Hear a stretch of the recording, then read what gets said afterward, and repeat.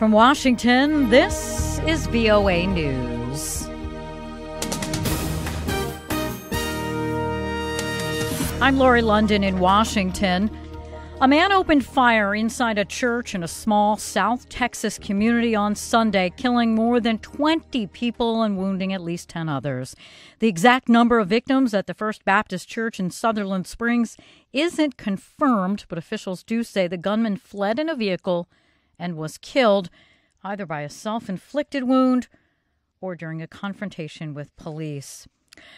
President Donald Trump is warning Sunday that no dictator should underestimate the United States. He began his Asia tour that's expected to be dominated by the North Korea nuclear crisis. First stop, Japan, and he spoke to a cheering crowd of military personnel on Sunday at Yokota Air Base, that's just west of Tokyo, after he put on a bomber jacket presented to him. President Trump also set to make his case to Asian allies and also rivals about the need to counter North Korea's nuclear threat. It's a 12-day, 5-country trip. Well, the Trump administration's environmental regulator is set to speak privately to chemical industry executives next week. Environmental Protection Agency Chief Scott Pruitt is listed as the featured speaker at a meeting of the American Chemistry Council, which has lobbied against stricter regulations for chemical manufacturers.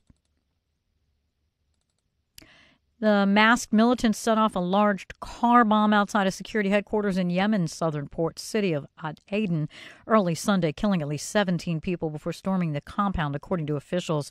That sparking combat that continued well into the night. This is VOA. Saudi Arabia arrested 11 princes, including a prominent billionaire and dozens of current and former ministers, in a sweeping crackdown as the kingdom's young crown prince consolidates power. Saudi Arabia's King Salman also replaced the head of the Saudi National Guard, who was once considered a contender for the throne, along with the Navy chief and the economy minister. Here's analyst Richard Weitz with the Hudson Institute. You have a new dynamic leadership in Saudi Arabia. Clearly, the new crown prince has a vision for how he wants his country to develop over the next half century.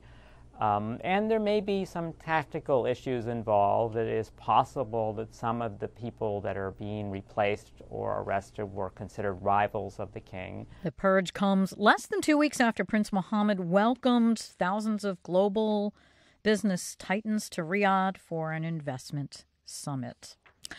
The second phase of a campaign to vaccinate tens of thousands of Rohingya refugee children against cholera has gotten underway this weekend in Bangladesh. Lisa Schlein reports for VOA from Geneva. The oral cholera vaccination campaign, which is being led by the World Health Organization, is targeting nearly 180,000 children between the ages of 1 and 5 years.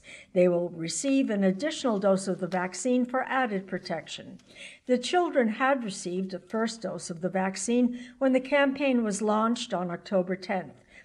WHO spokesman Tarek Jazarevic says health workers also will give all children up to the age of 5 oral polio vaccines during the campaign to protect them against this crippling disease. More than 600,000 Rohingya refugees escaping violence in Myanmar have arrived in Cox's Bazar since late August. They are living in congested, squalid, unsanitary makeshift settlements, a perfect breeding ground for cholera and other diseases. Lisa Schlein for VOA News, Geneva. The fight between Spain and Catalonia separatists reached a Belgian judge on Sunday after the region's deposed leader and 4 ex-ministers surrendered in Brussels to face possible extradition to Madrid for allegedly plotting a rebellion. Hours after the former Catalan regional president and the others turned themselves into Belgian authorities, his party put him forward as its leader for an upcoming regional election called by the Spanish government, meaning he could end up heading a campaign from Brussels while he fights a forced return to Spain. I'm Lori London in Washington. That's the latest world news from VOA.